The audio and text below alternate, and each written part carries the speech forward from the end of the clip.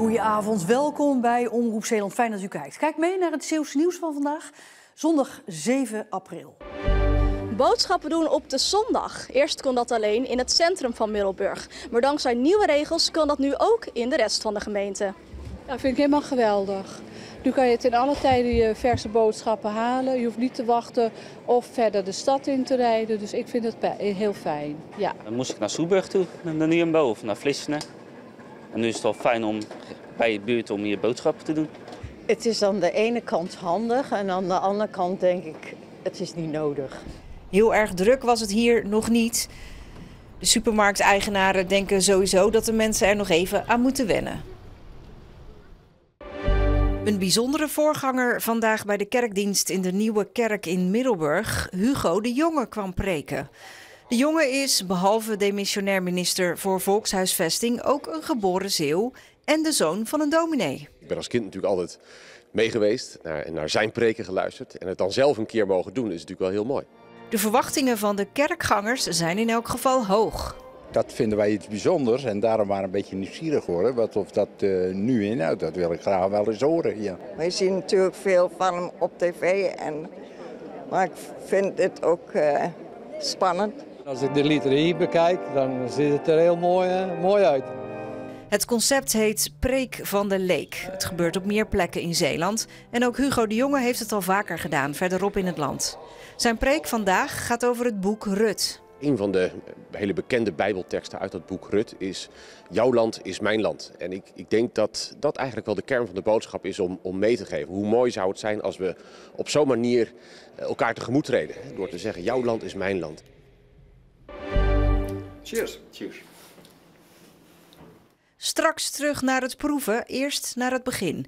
Peter Zuurbier uit Nieuwvliet had een cursus wijnmaken gevolgd. Hij sprak zijn buurman, er werd een oproepje gedaan. Van het een kwam het ander en ineens had het dorp een eigen wijngaard. Nou, eigenlijk gewoon uit pure interesse en nieuwsgierigheid van... zou het mogelijk zijn dat we hier een wijntje in dit deel van Zeeuws-Vlaanderen zouden kunnen gaan ontwikkelen? Vorig jaar oktober werden de eerste druiven geoogst, geperst en in karaffen gestopt. Dit weekend was het tijd om de wijn te bottelen in flessen. Oh ja, heel netjes. Wat verdorie. Dat is hem. Ja, dat is hem, jongens. Een beetje... En om te proeven. Ja. En, smaakt hij? Nou, het is fantastisch. Het smaakt heerlijk. De voorlopige oogst van de wijngaard in Nieuwvliet, 12 flessen. De kont goed bekijken. De benen beoordelen. En vooral niet vergeten om de breedte van de heupen te aanschouwen. Welkom in Henkersand op het Nederlands kampioenschap koekeuren. Ja, dit lijkt misschien dan een grap, maar dat is het zeker niet. Dit is topsport voor veekeurders. Niet voor niets noemen ze het zelf de Champions League vee beoordelen. Er zijn alleen geen miljoenen te winnen, maar de victorie is alleen bestemd voor de crème de la crème. Dat zou echt heel leuk zijn, maar die kans is heel klein. Jaap Honing uit Noord-Holland is een van de ruim 30 toppers die zich heeft gekwalificeerd. In heel Nederland zijn de afgelopen maanden verschillende voorrondes geweest. Alleen de beste hebben zich gekwalificeerd voor deze finale in de arena van Stal Vermuwen. Je moet eigenlijk net als dat je als man naar een vrouw kijkt, nu naar een koe kijken. En dat is alles in verhouding. En eigenlijk dat je blik erop valt en dat je denkt, wow, dit is toch heel bijzonder. Deelnemers keuren de koeien.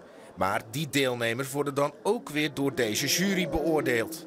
Het ziet er allemaal heel makkelijk uit, maar schijnbedriegt. Het is ook absoluut niet zo als je 4 keer dit goed gedaan hebt, achter elkaar, dat je de 5e keer weer goed doet. Je moet iedere keer opnieuw je bewijzen eigenlijk hierin. Het oordelen is een wedstrijd. Maar in het dagelijks leven kan het voor een veehouder erg belangrijk zijn. En een geoefend oog kun je eigenlijk zien of een koe alle facetten heeft om oud te kunnen worden. En dat is wat je eigenlijk als allerliefste wil als boer zijn. Ja.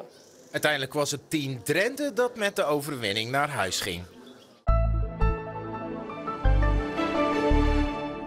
We hadden vandaag zonnige perioden en soms een paar wolken, maar er was duidelijk een hoofdrol weggelegd voor de zon. En er stond een matige en vlak bij zee, of zoals hier de Westerschelde, een krachtige zuidelijke wind.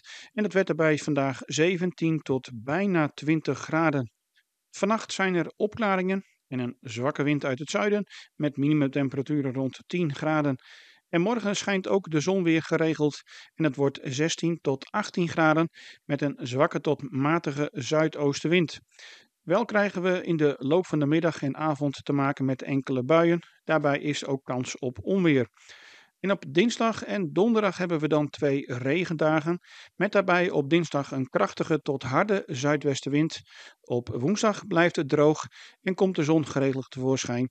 De temperaturen schommelen de komende dagen tussen 11 en 14 graden. En tot zover het korte nieuws en ook het korte weerbericht. Voor het laatste nieuws kan je natuurlijk altijd terecht op onze site en in de app. Voor nu nog een hele fijne zondagavond en graag tot morgen.